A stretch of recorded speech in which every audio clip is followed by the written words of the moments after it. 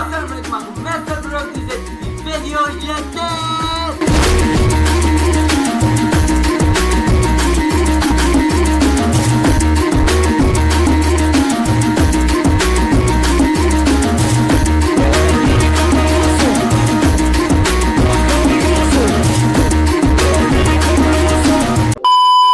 المهم قبل ان نبدا المقطع لا تنسونا لايك والاشتراك وتفعيل زر الاشعارات ليصلكم كل فيديو جديد.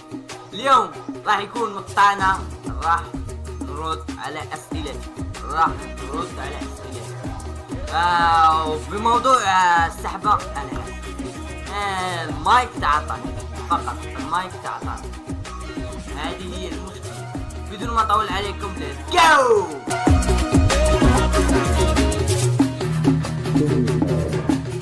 اول تعليق يقول لي وين تسكن وشكون القدوة تاعك؟ وين نسكن؟ شق البحر. اضحك محمد، اضحك عبد الله، اضحك يلعن، اضحك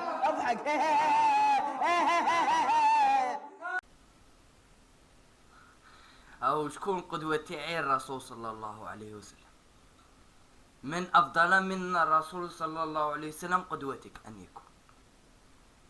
والسؤال الذي بعده يقول لي ما هو حلمك في اليوتيوب؟ حلمي في اليوتيوب ان اكون من اكبر اليوتيوبرز واول عربي يوصل الى 100 مليون مشترك. باذن الله سوف اصل لها باذن الله تعالى. قريبا سوف اكون من اكبر اليوتيوبرز في العالم وفي اليوتيوب باكمله. والسؤال الذي بعده يقول لي ما هو أفضل يوتيوبر بالنسبة لك؟ أفضل يوتيوبر بالنسبة لي هو جو الحطاب. أحس أن جو الحطاب مبدع في التصاميم، مبدع في كل شيء. جو الحطاب هو أفضل يوتيوبر بالنسبة لي. وبموضوع الألعاب بموضوع الألعاب سيد لأنه التنزيل ينزل يوميا.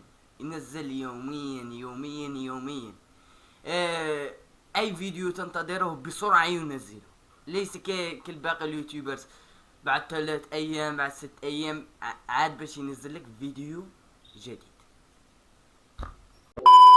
السؤال اللي بعده يقول لي ما هو حلمك في اليوتيوب؟ حلمي في اليوتيوب أن أحقق المستحيل، أن أحقق أشياء لم يحققها من بعد أحد، أن أحقق أشياء جديدة، أن أحقق مثل أن أحصل على الدرع 50 مليون. السؤال اللي بعده يقول لي شعال في عمرك؟ شعال في عمري 85 عام.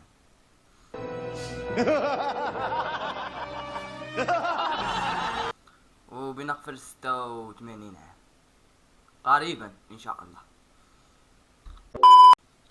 السؤال اللي بعده يقول لي اوكي ما هو هدفك لسنة 2023؟ هدفي لسنة 2023 ان اوصل الى 1 مليون مشترك قبل نهاية 2023. لكن راح احاول في هذه السنة ان انزل بشكل يومي وان انزل اشياء تجذب المشتركين، تجذبهم لكي استطيع ان اوصل الى 100 مليون مشترك. وقد يكون هذا الفيديو خاص بنا، واذا تريدون